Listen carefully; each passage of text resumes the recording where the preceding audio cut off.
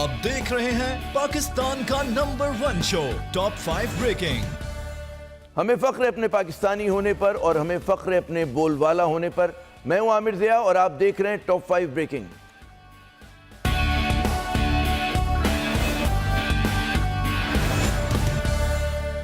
ऐसे वक्त में नाजरीन के जब पाकिस्तान जो है अनगिनत बैरूनी और अंदरूनी ख़तरात का शिकार है, ऐसे वक्त में कि जब दुनिया की वाहिद आलमी ताकत का सदर जो है वो न सिर्फ पाकिस्तान पर इल्ज़ाम लगाता है बल्कि बाकायदा धमकियाँ देता है, ऐसे वक्त में कि जब पाकिस्तान जो है दहशत गर्दी के अफरीत से मुकाबला कर रहा है, हमें इंतहा पसंदी के नासूर से हम लोग बरसरे पहकार हैं, और ऐसे वक्त में कि जब पाकिस्तान की मईशत जो है वो डगमगा रही है, तो ऐसे वक्त में हम देखते हैं कि एक पनामा ज़दा एक शख्स कि जिसे सुप्रीम कोर्ट ने नाअहल करार दिया, जिसकी पेशानी पर जो है उसके दाग हैं, खुदा आपका भला करे, बदउनवानी के, वो उठकर अदलिया को ललकारता है, अदलिया के ख़िलाफ़ अलम बगावत बुलंद करता है, और वो शख्स जो है बार बार तौहीन अदालत का मुर्तकिब होता है।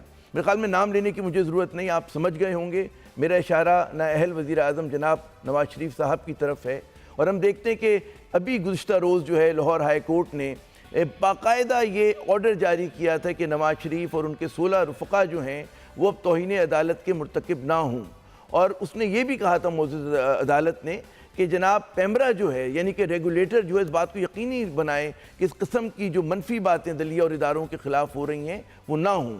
लेकिन हम देखते हैं कि आज फिर नवाज शरीफ साहब ने ज़बान खोली, और जिस तरह से खोली वो सबके सामने है कि न सिर्फ उन्होंने अदलिया पे सवालात की सूरत में इल्ज़ामात लगाए, बल्कि फिर उन्होंने पाकिस्तान के इदारों को बदनाम करने की कोशिश की, अवाम के जहनों में जहर का बीज बोने की कोशिश की।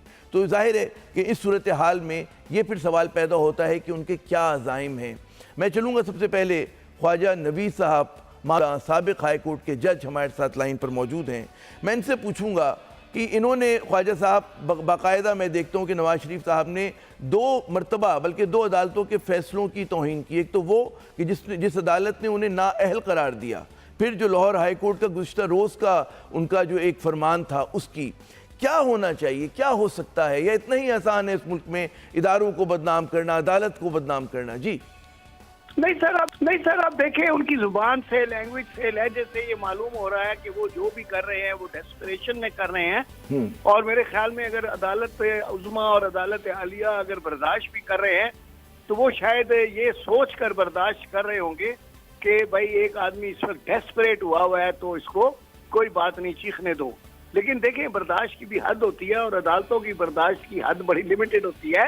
वो बड़ी जल्दी उनका पारा चढ़ जाता है और फौरन कॉग्निजेंस ले लेते हैं। कॉग्निजेंस लेने की देर है। हमने तो बड़े बड़ों को वहाँ अपॉलॉजी टेंडर करते हुए देखा है, इवन वो कौन यूसुफ रज़ा गिलानी ने भी कर दी थी अपॉलॉजी टेंडर, और इसके बावजूद जो वो चौधरी साहब ने मानी नहीं थी। तो बात यह है कि अदालत फिर एक दफा अपने उसमें एक्शन में आ जाए तो इसलिए उनको मजबूरन भी सजा देनी पड़ जाती है कि अगर वो छोड़ देंगे तो प्रेसिडेंट बन जाएगी, तो कल दूसरों की हौसला अफजाई होगी, और कल कोई दूसरा जब करेगा कंटेम्प्ट तो वो ये वाले फैसले की नकल लेके आ जाएगा कि साहब आपने फलां शख्स को माफ कर दिया था, नवाज शरीफ को माफ कर दिया था, या ख्वाजा साहब मैं जरा खता कलामी करूंगा, हमारे साथ रहिएगा। हमारा और साथ दे रही अंदलीब अब्बास साहिबा, पाकिस्तान तहरीक इंसाफ से इनका ताल्लुक़ है, बड़ी कांटेदार बात करती हैं। दो अंदलीब बहुत शुक्रिया आप हमारा साथ दे रही हैं प्रोग्राम में। अंदलीब ये बताइएगा, आप क्या समझती हैं कि नवाज शरीफ साहब इस तरह की गुफ्तगू फरमा कर क्या मकासद हासिल करना चाहते हैं? अपनी सियासत को समझते हैं क्या आगे बढ़ेगी इससे? क्या आपका तज़िया है? देखिए, नवाज शरीफ साहब बेचारगी और एक जिसको कहते हैं ना जहनी दबाव और जहनी बौखलाहट का बहुत बुरी तरह शिकार हैं, और मैं कोई मजाक के तौर पे नहीं कह रही, बट मैं सीरियसली उनको कह रही हूँ कि he needs a psychologist and a psychiatrist. और जो जिस किस्म की वो बातें कर रहे हैं उससे साफ जाहिर होता है कि ना उनकी कोई समझ है, ना बूझ है, ना तुक है, ना पैर है। और वो वजह क्या है? वो वजह ये है कि उनको नज़र आ रहा है कि जो उन्होंने 30 साल तक करतूतें की, अब उसकी हिसाब किताब का टाइम आ गया है। और उनको जो असल मसला ये नहीं है कि जी वो क्यों निकाला गया, उनको ये मसला है कि अब निकाल के एक एक बड़े अजाब में जाने वाले हैं। तो वो निकाला गया, जो वो बड़ी बड़ी बातें करते थे कि जी मुझ पे एक पैसे की करप्शन भी प्रूव हुई तो मैं घर चला जाऊंगा, तो हम उनको कहा करते थे कि आप घर नहीं जाएंगे, आप अडयाला जाएंगे। तो अभी तो वो घर गए हैं और घर से जो वो सफ़र है अडयाला का वो उनको नज़र आ रहा है, क्योंकि वो रेफरेंसेस होने हैं। आपके ख्याल में मुख्तसर सफ़र है? होगी, एक होगा, दो होगा, मैं कह रहा हूँ मुख्तसर आपको लग रहा है सफ़र है, वो रेफरेंसेस होने। अंजलि बिल्कुल आपने ये कहा कि जो आपकी बात से मैंने तासुर, अगर मैं उसको वो करूँ कि उनको अपनी सियासत भी, अपना कारोबार भी, अपनी ज़ाती ज़िंदगी भी सब दाव पे लगी हुई नज़र आ रही है। ये बताइएगा ख्वाजा नबी साहब कि लाहौर हाई कोर्ट ने एक वाज़ेह हुक्म दिया, ठीक है ना, और कहा कि जी ये चीज़ नहीं होनी चाहिए, लेकिन उसके बावजूद जो है उनकी ज़बान बंद नहीं हुई और उन्होंने दोबारा अदालत के ख़िलाफ़ जहर उगला और इदारों के ख़िलाफ़ जहर उगला। आपके ख्याल में क्या इस किस्म की पाबंदी लगनी चाहिए, ऐसा हुक्म आना चाहिए जो अल्ताफ़ हुसैन साहब के हवाले से आया था, कि जिसके नतीजे में हम देखते हैं कि जो मुत्तहिदा के बानी और कायद थे कि उनको बिल्कुल अब जो है मीडिया पे कोई स्पेस नहीं मिलती, इसीलिए नहीं उनके खिलाफ ये शिकायत थी ना कि उन्होंने इदारों के ऊपर जो है उनको अंडरमाइन करने की कोशिश की। नवाज शरीफ साहब भी तो उसी किस्म की गुफ्तगू के मुर्तकब हो रहे हैं, और ज़्यादा ख़तरनाक बात यह है कि वो बाकायदा अवाम से राब्ते में है, साबिक़ वज़ीर आज़म है, वो उनका तो मतलब है बस नहीं चलता कि वो क्या करवा दें, हमला करवा दें वो मोअज़्ज़ज़ अदालत पर और दीगर इदारों के ऊपर। जी असल में वो अगर पहले हमला ना करवा चुके हुए होते तो अभी वो लाजमी तौर पे एक्शन रिप्ले कर लेते, लेकिन अब चूंकि वो एक दफा करा चुके हुए हैं और फिर वो एपिसोड दोबारा जो है मतलब चलाना मुश्किल है, तो इस वजह से शायद वो अब थोड़ा सा मुअख्खर हुआ गया हमला। लेकिन अभी आप नहीं पता कि what is in the stars, कि उनके माइंड में और क्या है कि कब उन्होंने क्या करवाना है, क्यों कि जो उनके साथ हुई है वो तो वही जानते हैं। और बाकी जहां तक लाहौर हाई कोर्ट की आपने बात की है, तो court is competent to take cognizance. और जो आपने ये आप भी बतौर साबिक जज अगर देखें, ये जो अल्ताफ हुसैन साहब पे जिस तरह की एक ब्लैंकेट पाबंदी आयद की गई, आपके ख्याल में नवाज शरीफ साहब पे मुतालबा तो आ रहा है आवाम की तरफ से कि जी होना चाहिए? अदालत किसी भी वक्त जो है जी वो अपना कॉग्निजेंस ले सकती है और they can pass any order, ठीक है ना। देखिए अदालत को तो कोई रोकने वाला नहीं है, और अगर पहले से प्रेसिडेंट्स होती हैं तो ऑर्डर अमूमन जो है वो प्रेसिडेंट की रोशनी में ही होते हैं।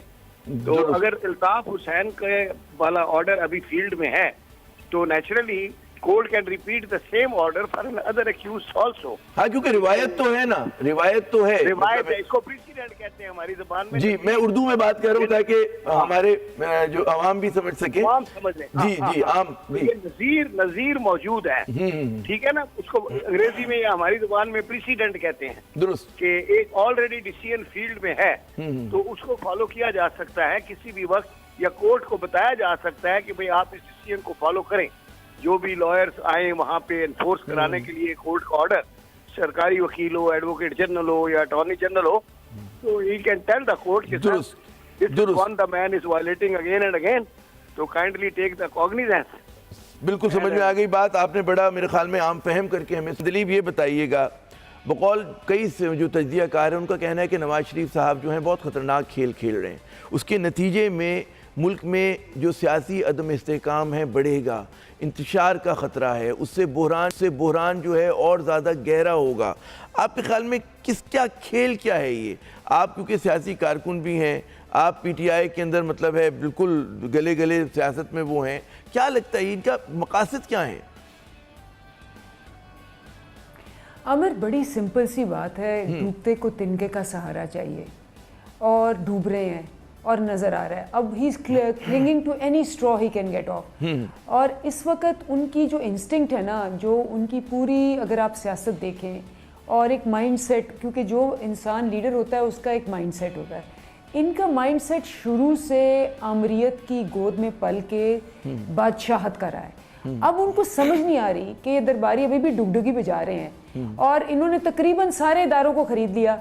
SECP पे इन्होंने क्या किया, NAB पे इन्होंने क्या किया, इलेक्शन कमीशन पे इन्होंने क्या किया, लेकिन दो इदारे जो हैं इनके हाथ ही नहीं आ रहे, एक अदालत है और एक फौज है। अब वो चाह रहे हैं कि अपने वो टिपिकल माइंडसेट स्टाइल में और थ्रेटन करके, धमकी दे के ख़रीद के या उनको धौंस दे के किसी तरह मरूब कर लें। अब उन्होंने एक स्ट्रेटजी इख्तियार की है कि जी वो पब्लिक एड्रेस करते हैं, उस पब्लिक एड्रेस में अदालत को बुरा भला कहते हैं और वो पब्लिक को कहते हैं कि जी इनकलाब के लिए तैयार हो जाए। इनकलाब क्या है कि जो पहले उन्होंने अटैक किया था अदालत पे और जजों को तकरीबन ज़ुदे कौब किया था वो रिपीट करना चाहते हैं। लेकिन फ़र्क क्या है? फ़र्क दो चीज़ें हैं। उस वक़्त ना तो एक जिसको कहते हैं जेन्युइन अपोजिशन थी, मुकमुका हुआ करता था, और दोनों जो पार्टियां होती थी पीपल्स पार्टी और PMLN, उनके स्केलेटन्स इन द कबर्ड होते थे। वो एक की फाइल उठाता, दूसरी की फाइल उठाता, दोनों फाइलें नीचे कर देते थे। सेकंड, क्योंकि अब तो हमारे पास PTI as a genuine opposition है। सेकंड जो बहुत इंपॉर्टेंट पार्ट है, उस वक्त इलेक्ट्रॉनिक मीडिया भी इतना एक्सटेंसिव नहीं था। PTV था जो उनके कंट्रोल में था और कुछ और चैनल्स होते थे। अब इलेक्ट्रॉनिक मीडिया भी एक्सटेंसिव है और सोशल मीडिया आ गया है। तो आप जो चीज़ जो है वो बैन करते हैं वो सोशल मीडिया से मॉन्स्टर बन के इनके कंट्रोल से बाहर हो गई है। अवाम में शऊर आ गया है। मीडिया ने जो मीडिया की पावर है उसको यूज़ किया है। ठीक है, मीडिया के अंदर भी उन्होंने बहुत से ऐसे बंदों को इन्फ्लुएंस करने की कोशिश की है मुख्तलिफ तरीकों से, लेकिन नहीं, आप बंदे कह रही हैं दिलीप साहिबा, मेरे ख्याल में उससे काम ले रही हैं आप तकल्लुफ से। यहाँ तो पूरे इदारों को उन्होंने ना कोशिश की है बल्कि कर दिया इन्फ्लुएंस। ये तो खैर बिल्कुल छुपी हुई बात नहीं है। दूसरी आपने दिलचस्प बात की कि इनकलाब की बात, जो हमने इनकलाब की तारीफ सुनी पढ़ी वो ये था कि इनकलाब वो होता है जो अव्वल को आखिर करता है और आखिर को अव्वल कर देता है। इनकलाब जो होता है मजलूमों का, रेडी लगाने वालों का, फेरी लगाने वालों का, मेहनत कशों का इनकलाब होता है। तो नवाज शरीफ साहब जो सोने का चम्मच लेकर पैदा हुए और आज भी पता नहीं क्या क्या मतलब है, हर तरह के देगें सोने की और हर चीज़ उनके पास है, तो ये क्या इनकलाब की जब बात करते हैं ख्वाजा साहब और ये बात करते हैं, वो मुझे एक और बात पे जो हैरत होती है कि जब ये हम देखते हैं कि आज ये इतना, आज भी इन्होंने अभी फैसला, अभी ट्रंप की तकरीर हुई लेकिन उन्होंने अमेरिका के ऊपर कुछ नहीं कहा। इन्होंने पाकिस्तान की ज़बान बंद होती है जब मोदी कोई बात करता है, कश्मीर का मसला होता है ज़बान बंद होती है, कलभूषण पे ज़बान बंद होती है, सज्जन जंदल आते हैं तो ज़बान बंद होती है, लेकिन अपने मामले पे माशाल्लाह मतलब है बड़ी रवानी से बात करते हैं। जी ख्वाजा साहब, बात यह है कि जो अभी मोहतरमा ने बात की है कि डूबते को तिनके का सहारा, तो अमेरिका के लिए उन्होंने इसलिए बात नहीं की है कि अभी भी शायद वो इस उम्मीद में होंगे कि शायद इस हुकूमत से नाराज होके अमेरिका तो इनके ऊपर हाथ रख दे और ये दोबारा मतलब डूबती हुई इनकी कश्ती जो है वो दोबारा ऊपर तर के आ जाए। तो ये जो डूबते को तिनके का सहारा इन्होंने कहा, तो मुझे वो वाला तिनका नहीं, तो आपने अमेरिका का, आपने कहा अमेरिका का हाथ रख दे, मतलब और किस किस का हाथ हो सकता है इन पे? मुझे नहीं पता। अमेरिका का तो खैर भी एक वो वाली बात है, हकीकतन किसका हाथ है बैरून अगर हम बात करें?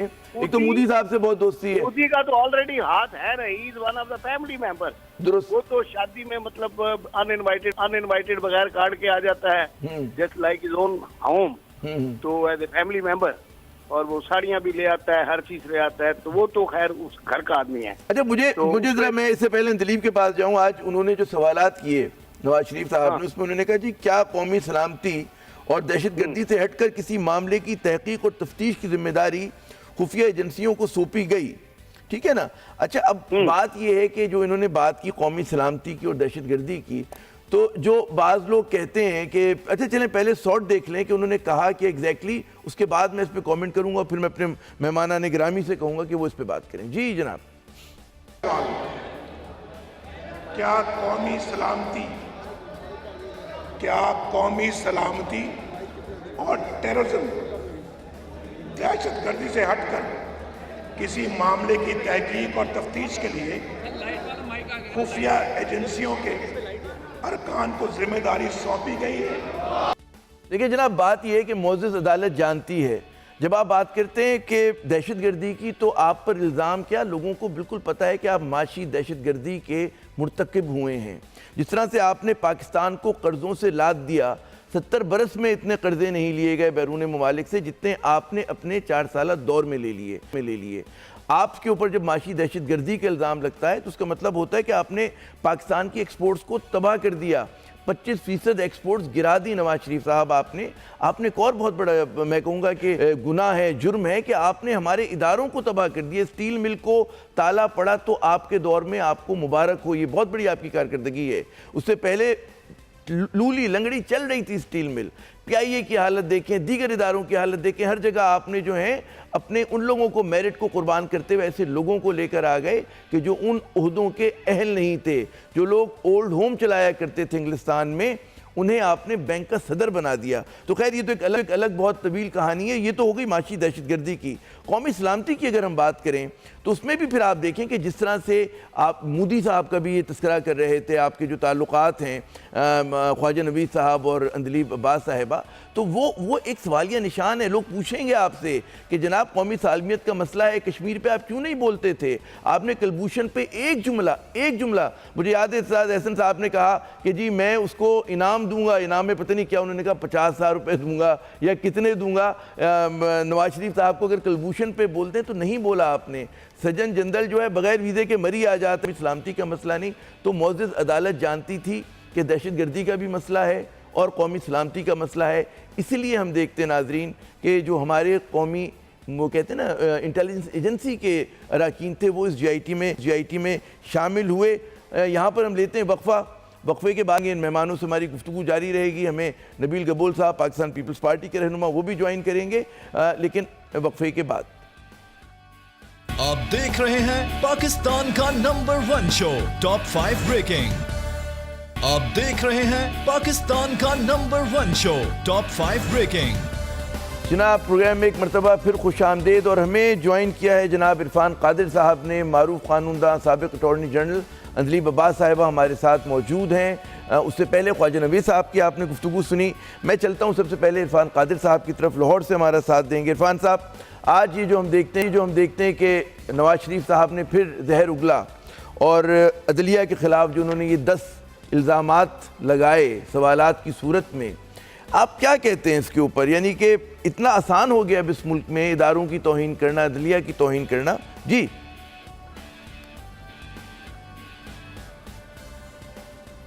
मैं समझता हूँ जी इसमें कोई ऐसी तौहीन वाली बात नहीं है, ये कोई इतना बड़ा इशू नहीं है। अगर उन्होंने कोई पॉइंट लिए हैं, खा हम उससे एग्री करें या ना करें, अदलिया फाइनली चुके एडजुडिकेट तो अदलिया ने करना है, रिव्यू का फ़ैसला भी अदलिया ने करना है। अगर अदलिया नहीं एग्री करेगी तो अदलिया उसको रद्द कर देगी। इसमें कंटेम्प्ट वाली बात जो है वो मैं उससे एग्री नहीं करता। मैं तो शुरू से इसी ख्याल का हूँ कि अदलिया को अपनी कंटेम्प्ट पावर जो है वो कम से कम इस्तेमाल करनी चाहिए, स्पेयरिंगली इस्तेमाल करनी चाहिए। और नहीं, ये आपने बड़ी अच्छी बात की। यकीनन इरफान कादिर साहब, तवाज़ुन होना चाहिए, तवज्जुह मारे आप। लेकिन मैं जो सुबह से हमने कई और मारूफ वकला से बात की, माहिर जो कानून है उनसे बात की, तो उनका कहना ये कि जब आप अदलिया की इस तरह से आप हर फैसले को आप जो हैं उसकी तौहीन करें, उसको क्वेश्चन करें, और वो भी इस तरह से कि ये जो मैं समझता हूँ कि जितने भी उन्होंने सवाल किए वो बाकायदा तौर पे इल्ज़ामात हैं कादिर साहब, और इसके अंदर जो है बिल्कुल तौहीन का पहलू भी निकलता है। यकीन आप जो हैं माहिर कानून हैं, लेकिन मतलब है और एक और भी व्यू आ रहा है। आपके ख्याल में जो साबिक वज़ीर आज़म है उन्हें खुद मॉडरेशन की ज़रूरत नहीं है क्या? उन्हें इस बात की ज़रूरत नहीं कि जबकि कल एक हाई कोर्ट का फैसला आया था, लाहौर हाई कोर्ट का, जिसमें उन्होंने कहा था कि जी ज़रा सा इस चीज़ के मामले के अंदर वज़ीर आज़म साहब, उनके जो 16 साथी हैं, पैमरा को उन्होंने कहा कि तौहीन अदालत ना हो, इस चीज़ को इंश्योर किया जाए। तो आपके ख्याल में जिम्मेदारी नहीं है जहाँ पे अदालत को आपने बिल्कुल कहा कि रेस्ट्रेंट का मुजाहरा करे, बिल्कुल करना चाहिए, लेकिन क्या सियासतदानों को भी रेस्ट्रेंट का मुजाहरा नहीं करना चाहिए? इसी तरह हर फैसले को आप, कोई भी फैसला हो, कल को कहेंगे जी ये मतलब है हम अवाम की अदालत में जाएंगे और अवाम के वोट की तौहीन हुई है, तो ये तो बिल्कुल हमारे नज़दीक तो कंटेम्प्ट है। जी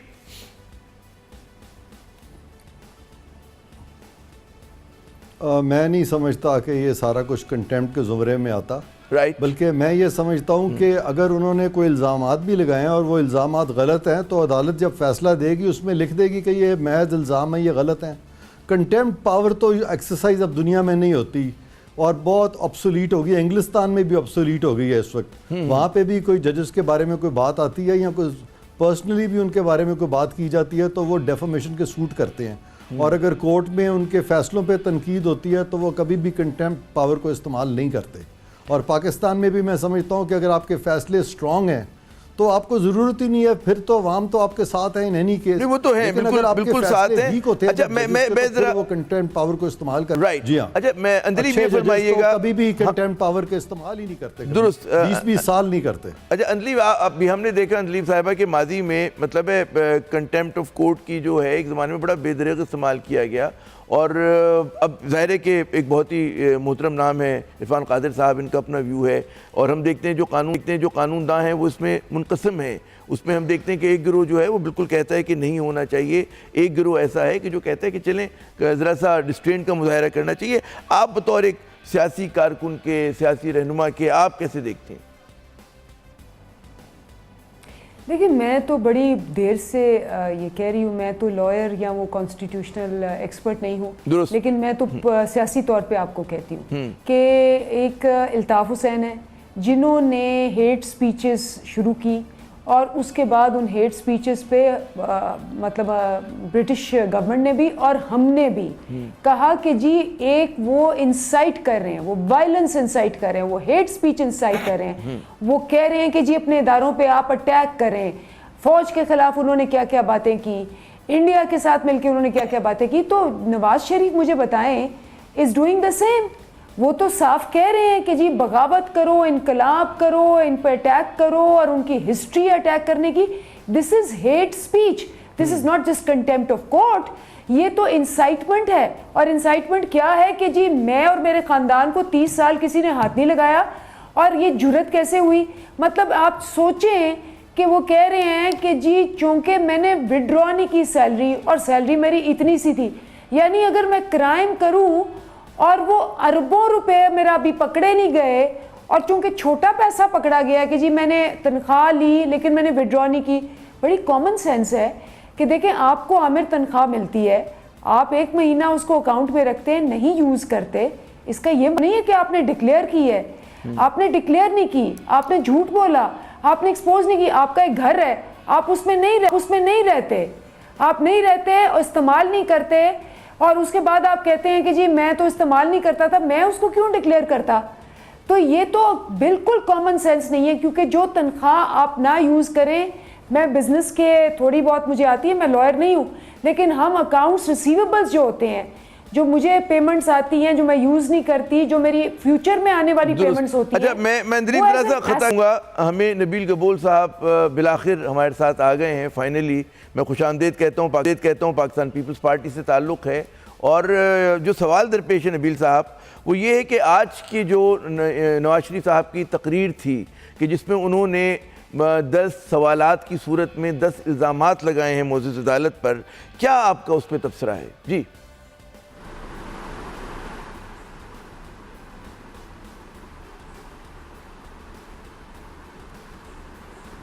नबील, आपको आवाज़ आ रही है? नबील साहब मेरे लाइन ड्रॉप हो गई है। मेरे ख्याल में यहाँ पे ले लेते नाज़रीन हम एक वक्फ़े के बाद जब दोबारा आएँ तो फिर नबील साहब से हम बात शुरू करेंगे। उस वक्त तक हमारा जो टेक्निकल का वो है ये भी दूर हो जाएगा, ग्लिच जो है, और जब हम वापस आएंगे हम बात करेंगे कि एक बैरूनी ख़तरात में घिरे पाकिस्तान पर हम देखते हैं कि अंदर से ज़रब लगाई जा रही है, तो इसका कौन इसका फ़ायदा उठाएगा, कौन इसमें पहलकारी करे, कुछ इस पर बात करेंगे अपने पार्टिसिपेंट से, लेकिन वक्फे के बाद। आप देख रहे हैं पाकिस्तान का नंबर 1 शो टॉप 5 ब्रेकिंग। आप देख रहे हैं पाकिस्तान का number 1 show top 5 breaking. Top 5 breaking में नाज़रीन एक मरतबा फिर खुशामदेद, और हमें ज्वाइन किया है नबील गबूल साहब ने, पाकिस्तान पीपल्स पार्टी के मारूफ रहनुमा हैं। नबील साहब, वक्फे से पहले जो मैं आपसे सवाल करने की कोशिश कर रहा था और मेरी आवाज़ आप तक नहीं पहुंच पा रही थी वो ये था कि आपने यकीनन नवाज शरीफ साहब की तकरीर सुनी होगी और उसके बारे में सुना होगा, जिसमें उन्होंने 10 सवालात की सूरत में 10 इल्ज़ामात मोअज़्ज़िज़ अदालत पे लगाए हैं, इदारों पे लगाए हैं। क्या कहते हैं आप? देखिए, सबसे पहले तो मैं ये कहूँगा कि अदालत अपनी कमज़ोरी ज़ाहिर ना करे, क्योंकि एक पुरवकार इदारा है हमारा, और नवाज़ शरीफ वज़ीर आज़म नहीं रहे हैं, और इस तरह के इल्ज़ामात जो है वो अदालत पर बार बार लगा रहे हैं।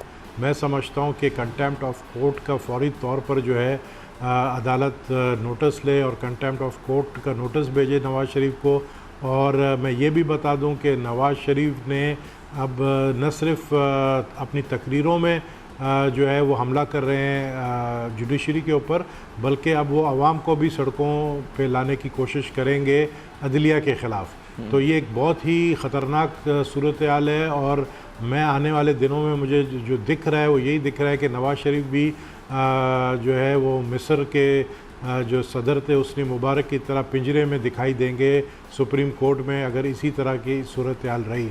तो नवाज़ शरीफ जो गलतियां पहले उन्होंने की हैं उन गलतियों को दोबारा ना दोहराएं तो बेहतर है, क्योंकि उनकी गलत पॉलिसीज़ की वजह से हम इंटरनेशनली भी हमें जो है बहुत बड़ा एक पता है कि अमेरिका की तरफ जो थ्रेट मिला है वो सिर्फ़ और सिर्फ इनकी नाकामी है नवाज़ शरीफ की। और मौजूदा सूरत हाल में वो ये चाह रहे हैं कि इस सिस्टम को लपेटा जाए, सिस्टम को ख़त्म किया जाए, डेमोक्रेसी को ख़त्म किया जाए, क्योंकि अगर मैं नहीं रहा ओहदे पर तो दूसरा भी कोई नहीं रहे। वो ये कोशिशों में लगे हैं। तो बेहतर ये है कि कोर्ट ने ही एक्शन लिया है, कोर्ट ने ही उनको हटाया और बिल्कुल मेरिट पे हटाया, लेकिन कोर्ट ही उनके ऊपर एक्शन ले और कंटेम्प्ट ऑफ कोर्ट पे उसको नोटिस दे और उनको सज़ा दे। अच्छा नबील, मैं एक और सवाल आपसे करूंगा, फिर मैं अपने दीगर दो मेहमानान गिरामी की तरफ बढ़ूंगा।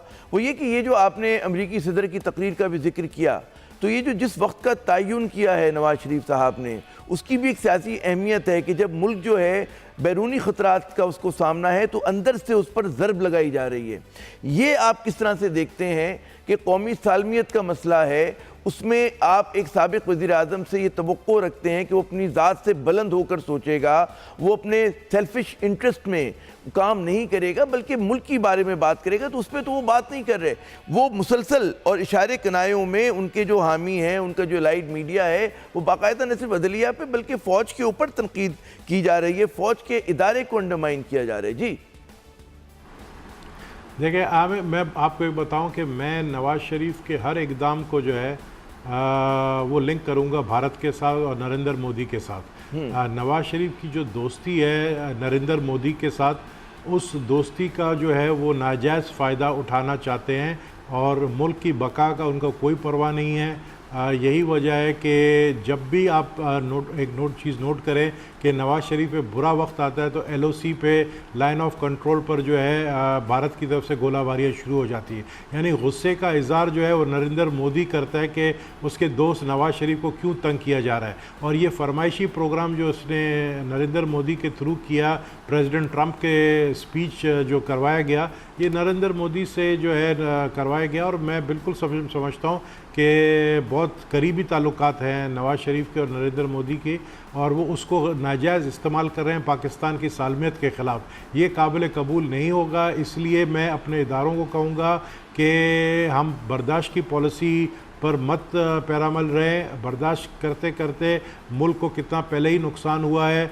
हमें चाहिए, बल्कि मैं तो यही कहूँगा कि जो लोग ये समझ रहे हैं कि इलेक्शन आज या कल होने वाला है, उनको मैं ये बता दूं कि नवाज़ शरीफ के जो इक़दामात हैं, उन इक़दामात के बाद मुझे आने वाले 3 साल में इलेक्शन नज़र नहीं आ रहे हैं। तो अच्छा, बेहतर यही है ऑपोजिशन को भी दुरुस्त नबील साहब, मैं चलता हूँ इरफान कादिर साहब की तरफ। इरफान साहब, जरा हम पॉलिटिकल एंगल पे बात कर रहे थे और उसमें हम ये देखते हैं कि पाकिस्तान की जो बड़ी हिज़्ब इख्तिलाफ़ की जमातें हैं, पाकिस्तान पीपल्स पार्टी जैसे नबील साहब फरमा रहे थे, और उनकी मरकज़ी क़यादत भी बाकायदा तौर पर नवाज़ शरीफ साहब को कौमी सालमियत के लिए एक थ्रेट, सिक्योरिटी थ्रेट समझती है। पाकिस्तान तहरीक इंसाफ का भी यही मामला है। हम और दीगर जो, मैं फ्रेंडली अपोजिशन की बात नहीं कर रहा, बाकी अपोजिशन जमातें हैं। आप क्या समझते हैं कि जो सियासी इम्प्लिकेशन, जो टाइमिंग की मैं बात कर रहा हूँ, कि जिस तरह से मतलब है जो नेशनल लेवल के लीडर्स हैं वो फ़िक्रमंद होते हैं कि जी मतलब अमेरिका क्या मूव कर रहा है, भारत हमारे खिलाफ क्या साजिश कर रहा है, नवाज़ शरीफ इन तमाम चीज़ों से ऑब्लिवियस, बिल्कुल बेगाने नज़र आते हैं, क्या वजह है?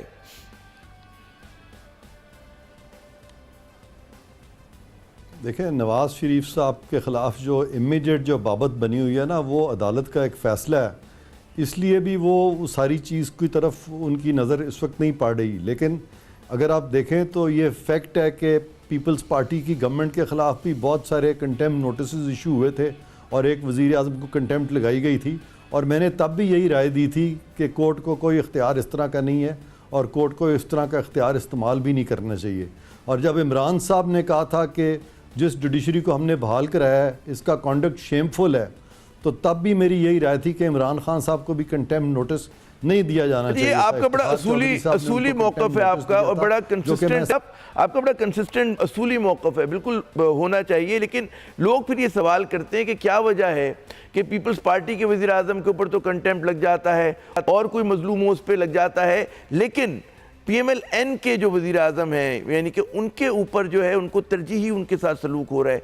क्या क्यों नहीं ऐसा हो सकता कि भाई उन पर भी एक बार लग जाए। वो कहते हैं ना कि हाँ मिले गैर को भी दर्द की दौलत यारब, एक मेरा ही भला हो मुझे मंजूर नहीं, तो बाकी सबका हम देखते हैं भला होता है। नवाज शरीफ साहब हमेशा बच जाते हैं, उन पर भी एक मरतबा लगने से कंटेम्प्ट क्या जाता है आपका? जी आमिर साहब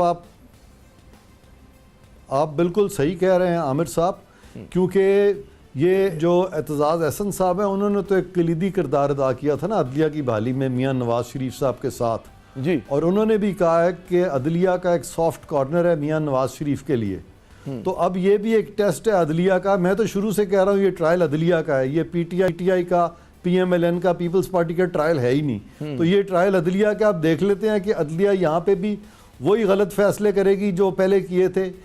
तो अब देखते हैं कि ये इनको भी कौम जो है वो इंसाफ की मुंतज़िर है। आपने बड़ा बात की, मतलब है मैं अंदलीप अब्बास साहिबा की तरफ चलता हूँ। अंदलीप, ये जो नबील गबोल साहब बात कर रहे थे कि जी सिक्योरिटी थ्रेट, और मैं भी आसिफ अली जरदारी साहब की कहीं पे गुफ्तगू सुन रहा था, तो उन्होंने भी कहा कि जी नेशनल सिक्योरिटी थ्रेट है। ग्रेटर पंजाब की बात करते हैं नवाज शरीफ साहब, PTI के हलकों में सिर्फ इनको बदउनवान समझा जाता है या नेशनल सिक्योरिटी थ्रेट भी समझा जाता है? जी देखिए, एक जो ट्रंप की जो स्पीच थी वो एक 4 साल की फॉरेन पॉलिसी डिज़ास्टर का एक इनएविटेबल नतीजा था। आपने फॉरेन पॉलिसी पे फॉरेन मिनिस्टर नहीं रखा, आपने फॉरेन पॉलिसी अपने हाथ में रखी और जो दिल किया। आपकी रिलेशनशिप सारे नेबर्स के साथ ख़राब करने में कलीदी किरदार है इनका, बिकॉज इतनी रिएक्टिव पॉलिसी थी और इतनी कॉम्प्रोमाइजिंग पॉलिसी थी जिसमें हमारा अपर हैंड बेशुमार तरीक़ों से इंडिया पे हो सकता था। जो कश्मीर पे एक हाइट थी, सारी दुनिया अवेयर हो रही थी कश्मीर पे, क्या इन्होंने उसके ऊपर आवाज़ नहीं उठाई, कुलभूषण पे आवाज़ नहीं उठाई। उसके बाद अफ़गानिस्तान के साथ जो डिज़ास्टर्स रिलेशनशिप थी, ईरान के साथ रिलेशनशिप ख़राब करने में इनका नुमाया रोल रहा है। तो ये सारी तरफ से अब हमारे हॉस्टाइल लोग हो गए हैं और ट्रंप ने साफ कह दिया कि मैं इंडिया के साथ मिलके, अफगानिस्तान के साथ मिलके I will fix you up. और वो भी कब? जब आप अपने कोई 60-70 हज़ार शहीद पाकिस्तानी दे चुके और 123 अरब का नुकसान आपकी मईशत को हुआ। बिल्कुल आपने बहुत पाकिस्तान ने नाकाबिले तलाफी, नाकाबिले बयान जो है नुकसानात उठाए हैं, जानो माल की सूरत में, आंसुओं की सूरत में, खून की सूरत में। नबील साहब, आपकी इतनी गहरी नज़र है इस्लामाबाद की सियासत पे, गो के रहते आप ज़्यादातर कराची में हैं लेकिन इस्लामाबाद की नब्ज़ से वाकिफ़ हैं। आप ये बताइए कि नवाज शरीफ जिस राह पे चल रहे हैं, और एक राह जो है वो ज़ाहिर है कि पाकिस्तान मुस्लिम लीग की है कि जो इस वक्त हुक्मरान जमात है, और उनके वज़रा की ये ख्वाहिश होगी, उनके वज़ीर आज़म की ये ख्वाहिश होगी कि उनके 8 माह जो हैं वो पूरे हो जाएँ, और वो गालिबन तसादुम नहीं चाहेंगे। आपको क्या लगता है कि जिस राह पे नवाज शरीफ साहब चल रहे हैं उसमें पूरी पार्टी इनके साथ जाएगी, या चंद इनकी जो किचन कैबिनेट के लोग हैं, या पूरी की पूरी पार्टी को आप इसी उसमें रखते हैं? कहीं पे ब्रेक लगा सकती है इनकी पार्टी इन पर कि नहीं? देखें, इस वक्त नवाज शरीफ पूरी कोशिश कर रहे हैं कि वो आर्टिकल 62 और 63 के अंदर अमेंडमेंट लाने की, और उसके बाद अगर ये ले आए इन्होंने और अगर ये पास हो गया असेंबली से, तो इसके बाद फिर ये एक और अमेंडमेंट लाने की कोशिश करेंगे। तो मैं समझता हूँ कि हम ऑपोजिशन की जमातें हम बिल्कुल उन सपोर्ट नहीं करते हैं। पाकिस्तान पीपल्स पार्टी की अपने वाज़ेह मौक़िफ़ है कि हम सपोर्ट नहीं करते, लेकिन चूँकि उनके पास मेजॉरिटी है, वो समझते हैं कि वो बिल को पास करा लेंगे। लेकिन मुझे नज़र नहीं आता है कि वो बिल को पास करा लें, क्योंकि MNAs जो उनके हैं वो अब आस्ते आस्ते उनको समझ आ रही है कि नवाज़ शरीफ उनको ले डूबा है, और नवाज़ शरीफ के लिए आगे ख़ुद कुआं नज़र आ रहा है। तो जो MNAs हैं वो गिरना नहीं चाहते इस कुएँ के अंदर, तो इस बिल को पास कराने कार्रवाई में मुझे 2-3 ग्रुप्स नज़र आ रहे हैं जो अलग अलग हो जाएंगे, जो नवाज शरीफ के कहने पर असेंबली के अंदर इस बिल को पास नहीं कराएंगे। लेकिन अगर नवाज शरीफ ने ये कोशिश की आर्टिकल 62, 63 के बाद, फिर ये और ज़्यादा इससे ख़तरनाक अमेंडमेंट पास करवाने की कोशिश करेगा, जो कि मैं समझता हूँ कि मुल्क के हमारे इदारों के लिए बहुत ही ख़तरनाक होगा, हमारे इदारों को कमज़ोर करने की ये कोशिश करेगा। तो अब ये डायरेक्ट कॉन्फ्लिक्ट नहीं है, बाकायदा इसने डायरेक्ट एक जंग का ऐलान किया इदारों के बहुत साथ। बहुत और इस शुक्रिया जंग में नबील जो है, साहब इसको ही नुकसान आपका, उठाना आपने पड़ेगा। हमारा साथ दिया। अंजलीब अब्बास साहिबा आपका बहुत शुक्रिया। इरफान कादिर साहब आपका बहुत शुक्रिया। यकीनन बहुत बड़े हमारे सामने जो हैं सवाल हैं। पहला तो ये कि जो नवाज शरीफ साहब के अपने उन अज़ाइम में कामयाब हो जाएंगे कि जिसके तहत आर्टिकल 62-63 को उसमें तरमीम लाई जा सके मुतनाज़ा, जिसकी बहुत सारे लोग मुखालफत कर रहे हैं। दोयम कि अब जो वो ज़रब लगाना चाहते हैं वो इदारों की खुद मुख्तारी और आज़ादी पे लगाना चाहते हैं। क्या इस बात की उनको इजाज़त मिलेगी? क्या उससे पहले इनका नाम डाला जाएगा? क्या पहले उससे इनकी ज़बान पे जो हर तरह का वक्त ज़ाहिर ये बोलते रहते हैं उस पर पाबंदी लगेगी? ये सारे सवाल हैं और मेरे ख्याल में आने वाले दिनों में इनके जवाब हमारे सामने होंगे। आमिर ज़िया को अगले प्रोग्राम तक के लिए इजाज़त दीजिए। खुदा हाफ़िज़।